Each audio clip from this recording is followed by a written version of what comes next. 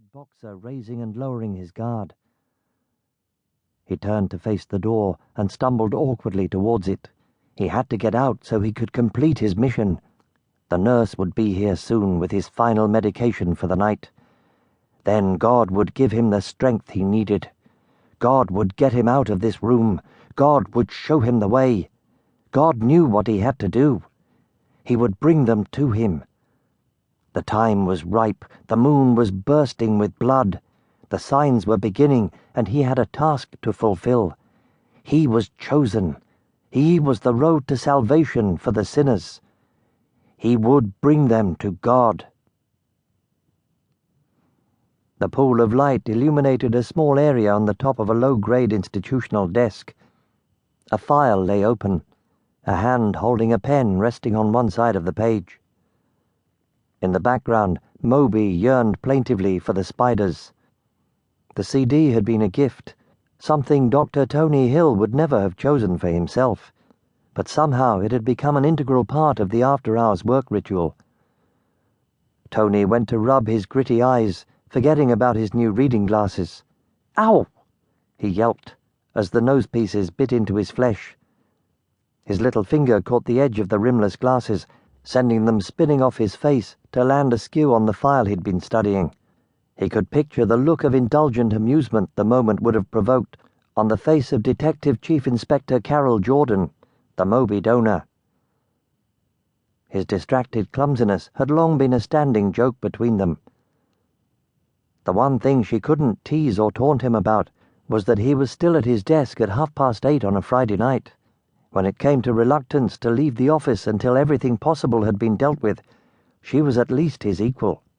If she'd been around, she would have understood why he was still here, going over the brief he'd so painstakingly prepared for the parole board. A brief they'd chosen blithely to ignore when they'd released Bernard Sharples into the care of the probation service. No longer a danger to the public, his lawyer had persuaded them. A model prisoner who had cooperated with everything the authorities had asked of him. The very exemplar of remorse. Well, of course, Sharples had been a model prisoner, thought Tony bitterly. It was easy to behave when the objects of your desire were so far beyond your reach that even the most obsessed fantasist would struggle to conjure up anything remotely like temptation. Sharples would offend again, he knew it in his bones. And it would be his fault in part, because he had failed to make his case strongly enough. He retrieved his glasses and marked a couple of paragraphs with his pen. He could have, should have, stated his case more firmly, left no cracks for the defense to slither through.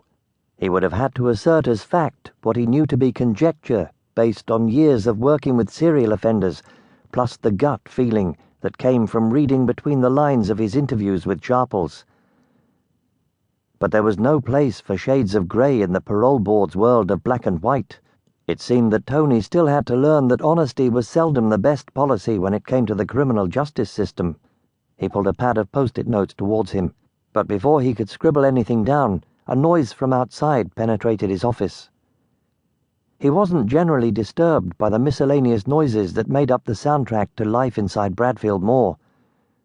The soundproofing was surprisingly effective, and besides, the worst of the anguish was generally acted out far away from the offices where people with degrees and status worked. More noise. It sounded like a football match or a sectarian riot. Certainly more than he could reasonably ignore. Sighing, Tony stood up, tossing his glasses on the desk as he made for the door. Anything had to be better than this. Not many people regarded a job at Bradfield Moor as a dream come true. But for Jerzy Golobec it represented more than he had ever imagined possible growing up in Płock. Nothing much had happened in Płock since the Polish kings decamped in 1138. The only work to be had these days was in the petrochemical refineries, where wages were pitiful and industrial disease a way of life.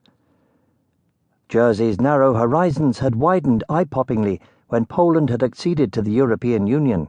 He'd been one of the first to board a cheap flight from Krakow to Leeds Bradford Airport, and the prospect of a new life. From his perspective, minimum wage approximated a king's ransom, and working with the inmates of Bradfield Moor wasn't so different from dealing with a senile grandfather who thought